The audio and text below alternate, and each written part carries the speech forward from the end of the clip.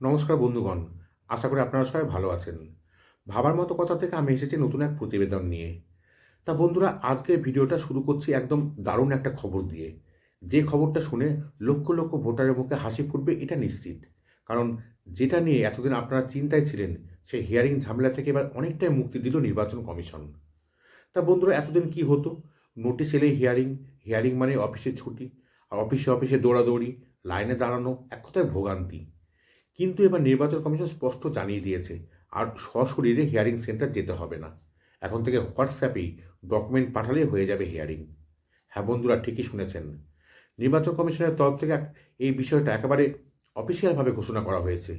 শুধু তাই নয়, খুব শিগগিরই চালু হচ্ছে একটা নতুন অনলাইন পোর্টাল, যেখানে লগ ইন করে ডকুমেন্ট আপলোড করলেই আপনার কাজ শেষ। মানে কি দাঁড়ালো? হোয়াটসঅ্যাপ অথবা নতুন পোর্টাল, এই দুই মাধ্যমে হিয়ারিং সম্পন্ন হবে।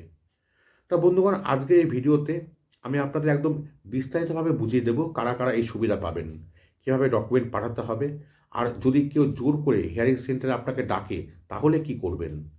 তাই অনুরোধ করব ভিডিওটা শুরু থেকে শেষ পর্যন্ত দেখবেন, এবং নতুন হয়ে থাকলে এখনই চ্যানেলটা সাবস্ক্রাইব করে বেল আইকনে অল নোটিফিকেশনটা অন করে রাখবেন। তা নির্বাচন কমিশন কেন এই সিদ্ধান্ত নিল? বন্ধুরা, আপনারা অনেকেই কমেন্টে লিখেছিলেন, দাদা আমরা তো রাজ্যের বাইরে থাকি, হিয়ারিং কিভাবে দেব, আমি ভিন রাজ্যে পড়াশোনা করি, আসা সম্ভব না। আর এই সমস্যাগুলো মাথায় রেখেই নির্বাচন কমিশন একটা বড় সিদ্ধান্ত নিয়েছে। ভোটার তালিকায় বিশেষ নিবিড় সংশোধন অর্থাৎ এসআইআর এর দ্বিতীয় ধাপ এখন চলছে। এই ধাপে যারা শুনানির নোটিশ পাচ্ছেন, বিশেষ করে পরিযায়ী শ্রমিক, রাজ্যের বাইরে থাকা কর্মরত মানুষ, বাইরে পড়াশোনা করার ছাত্রছাত্রী, তাদের জন্য সশরীরে হাজিরা একেবারেই কঠিন। আর এই কারণে কমিশন বলেছে, আর সশরীরে আসতে হবে না, ডকুমেন্ট পাঠান, হিয়ারিং হয়ে যাবে। আপনারা হয়তো ভাবছেন হোয়াটসঅ্যাপে কিভাবে হিয়ারিং হবে। তা বন্ধুরা, আপনার এলাকার বিএলও মানে বুথ লেভেল অফিসার, ওনার হোয়াটসঅ্যাপ নাম্বার আপনার কাছে আগে থেকেই আছে। এসআইআর ফর্মের মধ্যে সেই নম্বর দেওয়া থাকে। আপনাকে যা করতে হবে, যে ডকুমেন্ট হিয়ারিংয়ের জন্য দরকার, সেই নথিগুলোর পরিষ্কার ছবি তুলে সরাসরি বিএলওর হোয়াটসঅ্যাপে পাঠিয়ে দিন। ব্যাস, এটুকুতে আপনার হিয়ারিং সম্পন্ন বলে ধরা হবে। কোনো অফিসে যেতে হবে না, কোনো লাইনে দাঁড়াতে হবে না। নির্বাচন কমিশন জানিয়েছে, খুব শিগগিরই একটা আলাদা অনলাইন পোর্টাল চালু হবে, এবং এই পোর্টালে নিজের তথ্য দিয়ে লগ ইন করতে হবে, আর প্রয়োজনীয় ডকুমেন্ট আপলোড করতে হবে।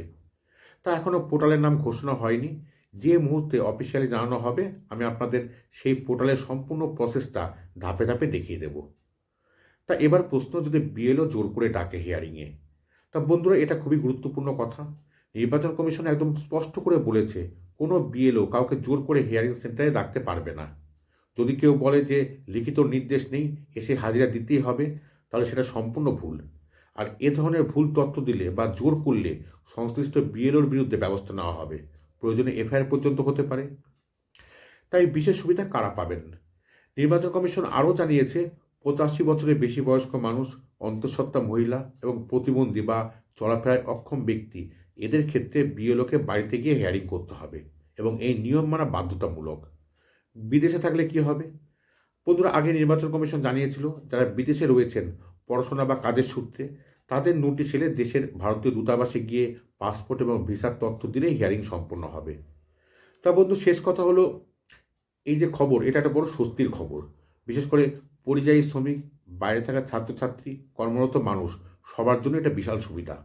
আপনাদের চিন্তার কথা ভেবেই নির্বাচন কমিশন এই পদক্ষেপ নিয়েছে। ভিডিওটা ভালো লাগলে অবশ্যই একটি লাইক করবেন, আর বন্ধুদের সঙ্গে শেয়ার করবেন। কারণ আপনার মতো আরও অনেক ভোটার এই খবর জানলে নিশ্চয়ই উপকৃত হবে। এবং নতুন হয়ে থাকলে চ্যানেলটা অবশ্যই সাবস্ক্রাইব করবেন। আমাদের সঙ্গে থাকবেন। আজকে এই পর্যন্তই। দেখা হবে অন্য এক প্রতিবেদনে। ভালো থাকবেন, সুস্থ থাকবেন।